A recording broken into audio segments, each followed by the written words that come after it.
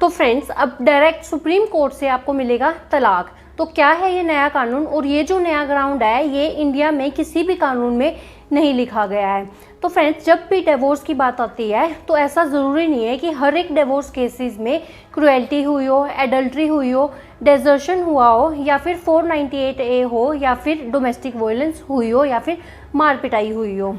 लेकिन हमारे Hindu marriage act में डिवोर्स के कुछ ग्राउंड्स दिए गए हैं, जैसे कि क्रुएल्टी, एडल्ट्री, डेजर्शन, ऐसे कुछ ग्राउंड्स दिए गए हैं। सिर्फ उन्हीं बेसिस पे आप तलाक ले सकते हैं। तो ऐसी सिचुएशन में कपल्स के बीच में जब डिवोर्स की बात आती है और उनके साथ ऐसी कोई भी सिचुएशन ना हो और वो फिर भी तलाक लेना चाहते हैं, तो मजबूरन कपल्स को इन ग्राउंड का सहारा लेना पड़ता है। और जब वो अपने वकील के पास जाते हैं डिवोर्स के लिए, तो उनके जो वकील हैं वो उनको एडवाइस करते हैं अलग अलग केसेस करने के लिए, और इससे बात जो है वो बहुत ज़्यादा बढ़ जाती है।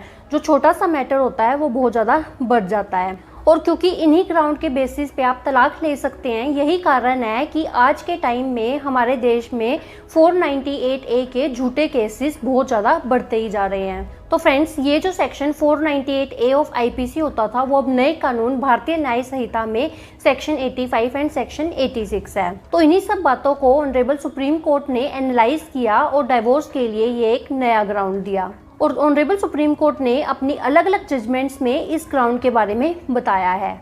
तो फ्रेंड्स, आज की इस वीडियो में हम एक ऐसे ही केस के बारे में डिस्कस करेंगे और जानेंगे कि क्या है ये नया ग्राउंड।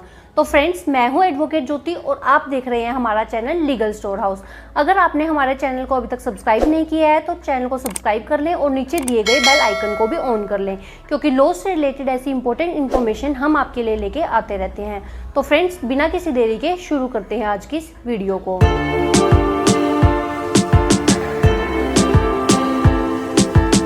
तो फ्रेंड्स, ऑनरेबल सुप्रीम कोर्ट ने ये जो नया ग्राउंड दिया है इसका नाम है इरिट्रीवेबल ब्रेकडाउन ऑफ मैरिज। तो कैसे आप इस ग्राउंड के बेसिस पे तलाक ले सकते हैं, अब हम वो जान लेते हैं। तो फ्रेंड्स, डिवोर्स के केसेस में अक्सर देखा गया है कि एक छोटा सा मैटर बहुत ज़्यादा बड़ा मैटर बन जाता है, और हिंदू मैरिज एक्ट में डिवोर्स के कुछ ग्राउंड्स दिए गए हैं, जैसे कि क्रुएल्टी, एडल्ट्री, डेजर्शन, और इन्हीं बेसिस पे आप तलाक ले सकते हैं। अब मान लो कि आपके साथ इन ग्राउंड्स में से कोई भी सिचुएशन नहीं है, आपका इनमें से कोई भी ग्राउंड नहीं बनता है, लेकिन फिर भी आप जो हैं वो तलाक लेना चाहते हैं और आपकी शादी बिल्कुल ख़त्म हो चुकी है और आप एक साथ किसी भी हाल में नहीं रहना चाहते, तो क्या ऐसी सिचुएशन में आपको तलाक मिल सकता है?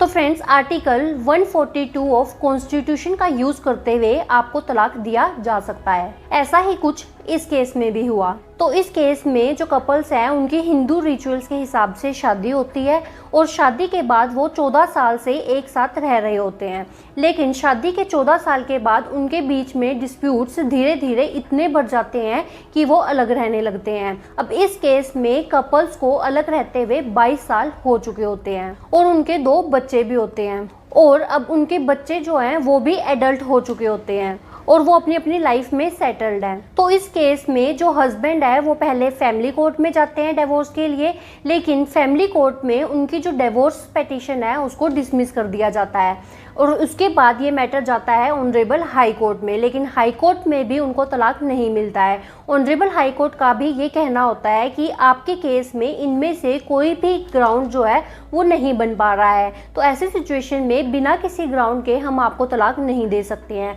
तो उनकी जो डिवोर्स की पिटीशन है वो ऑनरेबल हाई कोर्ट में भी डिसमिस हो जाती है। इसके बाद ये मैटर जाता है ऑनरेबल सुप्रीम कोर्ट में।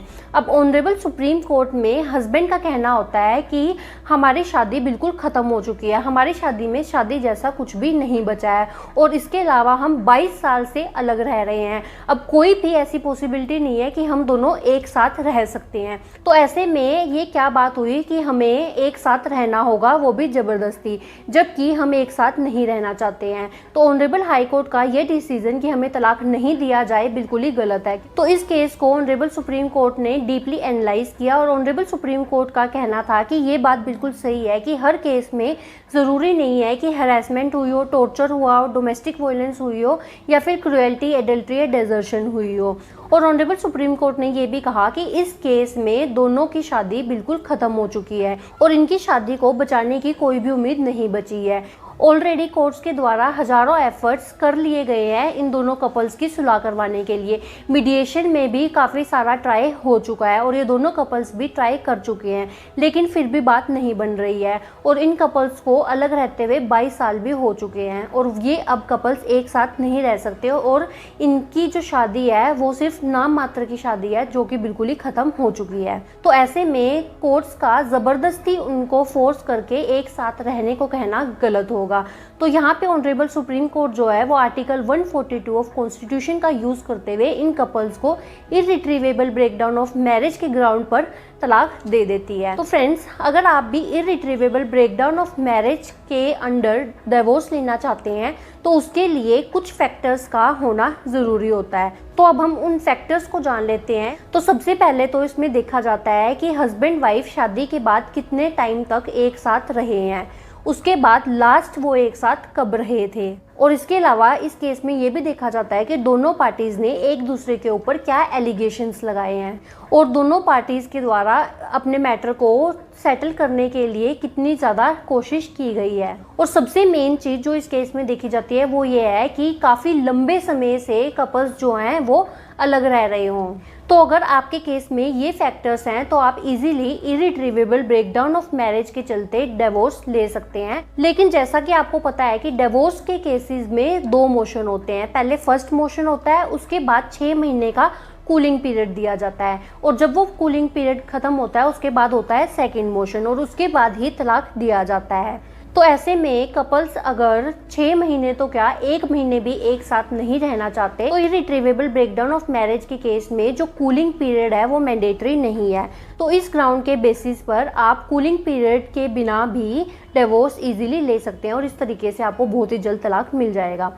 तो फ्रेंड्स, आई होप अब आपको क्लियर हो गया होगा कि एक नया ग्राउंड क्या है और आप कैसे इस ग्राउंड के बेसिस पे इजीली तलाक ले सकते हैं।